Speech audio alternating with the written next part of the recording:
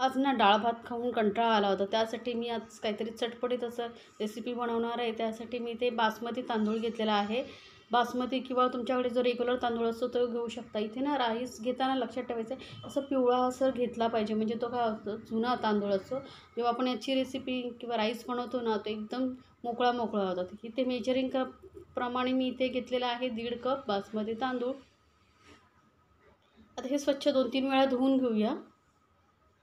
तर तांदूळ आपण धुवून घेतलेले आहे, बासमती राईस धुवून घेतलेलं आहे। त्यानंतर गॅसवरती ना मी एक मोठ्या कढईमध्ये पाणी गरम करत ठेवलेलं आहे। 5-6 कप पाणी गरम करत ठेवायचं। त्यामध्ये घालायचं थोडंसं मीठ आणि थोडंसं तेल घालायचं। यामुळे काय होतं, एक तर तांदळामध्ये मिठाचा फ्लेवर उतरतो, आपण जेव्हा खाऊ तेव्हा फिका फिका लागणार नाही, आणि तेलामुळे राईस मोकळा मोकळा होतो, चिकटत नाही। त्यामुळे थोडंसं तेल घालायचं आणि हा आता व्यवस्थित मिक्स करून घ्यायचं। कारण पाणी गरम होतं, पण आपण जेव्हा तांदूळ घातला यामध्ये तेव्हा ते थंड घातल्यामुळे पाण्याचं तापमान कमी होतं। त्यामुळे गॅस फास्ट करायचा आणि याला चांगलं असं उकळी येऊ द्यायची। उकळी आल्यानंतर तुम्ही मीडियमवरती केला तरी चालेल।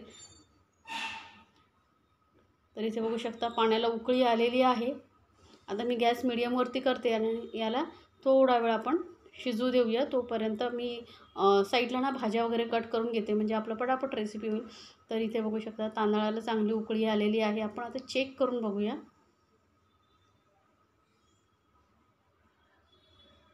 तर थोडंसं तांदूळ मी घेते आणि चेक करून बघते। पटकन तुटला जातो आहे बघा, म्हणजे आपला तांदूळ जो आहे राईस चांगला शिजला गेलेला आहे। पूर्ण व्यवस्थित शिजून घ्यायचं, त्यामुळे अजिबात कच्चा राहिला नाही पाहिजे। दाबून बघायचं, पटकन तुटला म्हणजे तांदूळ शिजला गेला। तर याला काढून मी चाळणीवरती ठेवलेलं आहे, म्हणजे जे एक्स्ट्रा पाणी असेल ते निघून जाईल आणि राईस जो आहे मोकळा मोकळा होईल। त्यामुळे आता तुम्हाला इथे थोडा वेळ जास्त वेळ ठेवायचं असेल तर थोडंसं तेल लावून मिक्स करूनही ठेवू शकता, म्हणजे चिकटणार नाही। आता एक वाटी घेतलेली आहे मी बाउल, त्यामध्ये ना अर्धा चमचा लाल मिरची पावडर घेतलेली, काश्मीरी लाल मिरची पावडर घेतलेली आहे, यामुळे कलर खूप छान येतो। अर्धा चमचा काळी मिरी पावडर घेतलेली आहे। काळी मिरी पावडर नसेल तर नाही घातलं तरी चालेल, पण छान टेस्ट येते। 2 चमचे विनेगर घातलेले आहे, चिली विनेगर माझ्याकडे होतं ते मी इथे 2 चमचे चिली विनेगर घालते। 1 चमचा डार्क सोया सॉस आहे तो घातलेला आहे, लाईट असेल तर 2 चमचे घालू शकता। आणि 2 चमचे भरून इथे मी शेजवान चटणी घालते,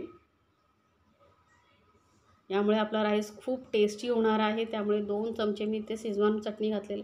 आणि सर्वात महत्त्वाचं म्हणजे इथे असे ना मार्केटमध्ये मॅजिक क्यूब येतात, व्हेजिटेरियन असतात, या 2 क्यूब घालणार आहे। यामुळे ना राईसला एकदम हॉटेलसारखी टेस्ट येणार। हॉटेल वगैरे जे असतात ना अजिनोमोटो वापरतात, त्याऐवजी आपण हे वापरायचं मॅजिक क्यूब।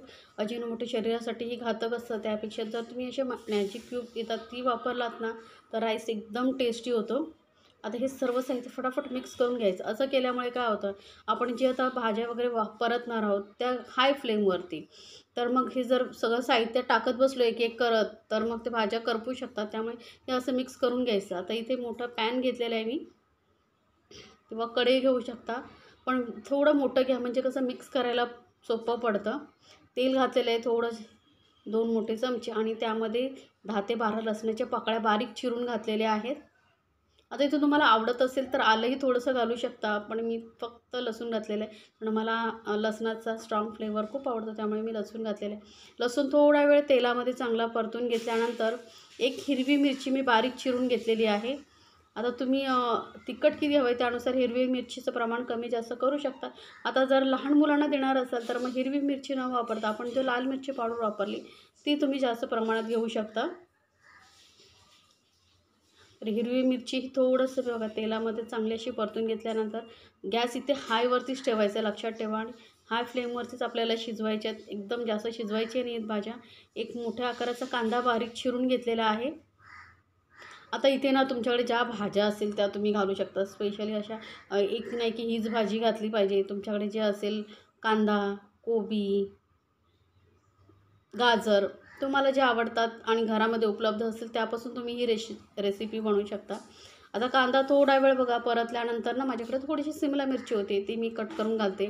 पातीचा कांदा असेल तोही तुम्ही घालू शकता, स्प्रिंग ओनियन, तर तोही तुम्हाला आवडत असेल तर वरून तुम्ही अजून स्प्रिंग ओनियनच्या हिरव्या पाती कापूनही घालू शकता।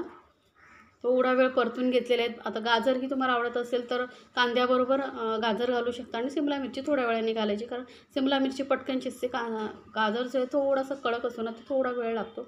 आता इथे मी कोबी घेतलेला आहे, थोडासा लांबटच कापून घेतलेला आहे, तोही याबरोबर परतून घ्यायचा. कोबीमुळे खरंच छान टेस्ट येते. जसं मी सांगितलं ना, तुमच्याकडे ज्या भाज्या असतील ना त्या घालून तुम्ही हा राईस बनवू शकता. तर कांद्याबरोबर शिमला मिरची, कोबी ही चांगली आपण तेलावरती परतून घेतल्यानंतर घालूया यामध्ये मीठ. तर आपण तांदूळ शिजवतानाही मीठ घातलं होतं, त्यामुळे आणि सॉसेसमध्येही मीठ असतं, त्यामुळे थोडंसं फक्त आपण भाज्यांपुरतंच आता मीठ घातलेलं आहे. भाज्यांना मीठ लागलं का रेसिपी चांगली होईल. तर बघू शकता गॅस एकदम हायवरती आणि हाय फ्लेमवरतीच आपण हे भाज्या थोडा वेळ परतून घ्यायचे, जास्तही शिजवायच्या नाही आहेत आपल्याला. आता आपण जे सॉसेस सगळे मिक्स करून ठेवले होते, चटणी सॉसेस वगैरे, ते सर्व घालून घेऊया.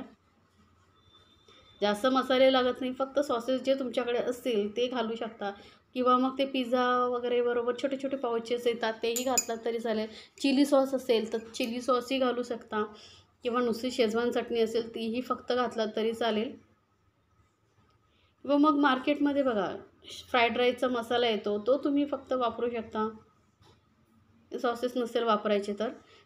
आता आपण जो राईस शिजवून ठेवला होता तो पूर्ण घालून घ्यायचा आहे, आणि गॅस एकदम फास्टवरतीच आहे, त्यामुळे काय होतं एक स्मोकी फ्लेवर येतो राईसला, आणि राईस आपला टेस्टी लागतो. तर गॅस एकदम हायवरती ठेवून आता हा राईस आपण पटापट मिक्स करून घेऊया. हलक्या हाताने मिक्स करायचं, कारण मग राईस तुटू शकतो.